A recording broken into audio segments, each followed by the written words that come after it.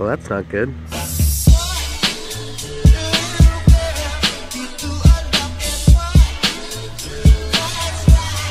Another week, another bunch of these goddamn things. So after that disaster of a video on Friday, I gave myself a weekend to relax. And when it came to making these, it felt relaxing.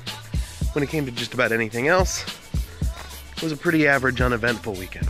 Saturday, I worked double shifts, trying to make up for that summer lack, you know? Even when school's out, you gotta make rent. And Sunday, pretty much the only thing we did leaving the house was going grocery shopping. Which in a totally fat kid way was awesome because I found a generic brand, but a generic brand equivalent to Oreo O's, one of my old favorite cereals. For expert analysis, we go to Scott. Scott? Of course, I bought the only size available, the giant family size bag, and so far I've eaten more than any person should have in one sitting, 2 sittings, probably their whole life. And I'm pretty much ready to throw it all away now. Because no matter how good it tastes, it's not gonna beat the anticipation felt when you're really excited about it. I'm a firm believer in the fact that when you're a kid, you interpret taste differently. And that's why a lot of these things seem like you could eat unlimited amounts of and still feel the same exact joy from it. But as an adult, I eat more than 3 Gushers, and I wanna kill myself. So I made up for it this morning with my breakfast smoothie.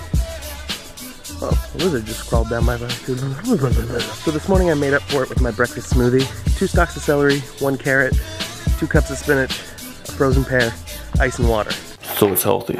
And if you're willing to tolerate the taste of fresh vegetables, it's pretty good. And it definitely makes you feel full quickly. Something about the ice and the cold and the fact that it's pure liquid, so you're drinking way more than you probably would if you just... So I'm back on the idea that I want a drone.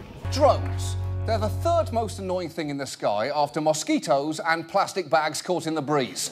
And I have student debt to worry about and a computer to pay off. That doesn't take away from the fact that every time I start typing in different names of drones and test footage and seeing everything that you can do with that kind of different perspective, it gets me so excited that I think about opening up a whole nother line of credit and making sure I go bankrupt before I'm 30.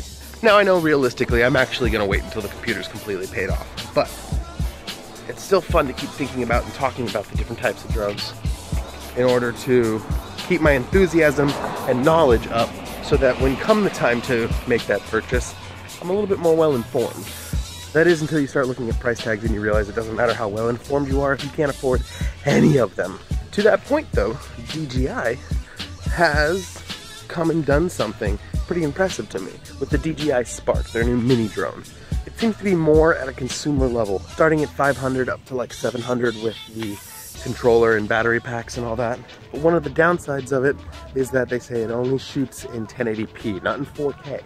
And I stop and think to myself, well, that does kind of suck. It would be nice to shoot in 4K. 4K is a much nicer resolution. You can see more, it looks better. That was a horrible way to describe it. Now, while it would be nice to shoot in 4K, I thought about it, and everything else I shoot with doesn't shoot in 4K. So what's the matter? That's not true. The GoPro shoots in 4K. I just don't ever shoot in 4K because it's not going to match any other footage. And I don't even have a 4K monitor in order to see the full potential of that footage. I think my max monitor is 2.5K, so what does it matter? The resolution of the footage isn't what's drawing me in, though. It's mostly the changing perspective and how that allows you to change your storytelling. Some of the images that a drone is able to capture, the bird's eye view of different areas, the following a subject with perfect stabilization, can be critical to how people observe the stories you're telling. You can change the context of your shot or the context of the assembled footage with something that simple. There's something about footage where someone is holding a camera that always feels like a human perspective. It can be awe-inspiring depending on what you're filming and how you're filming it, sure.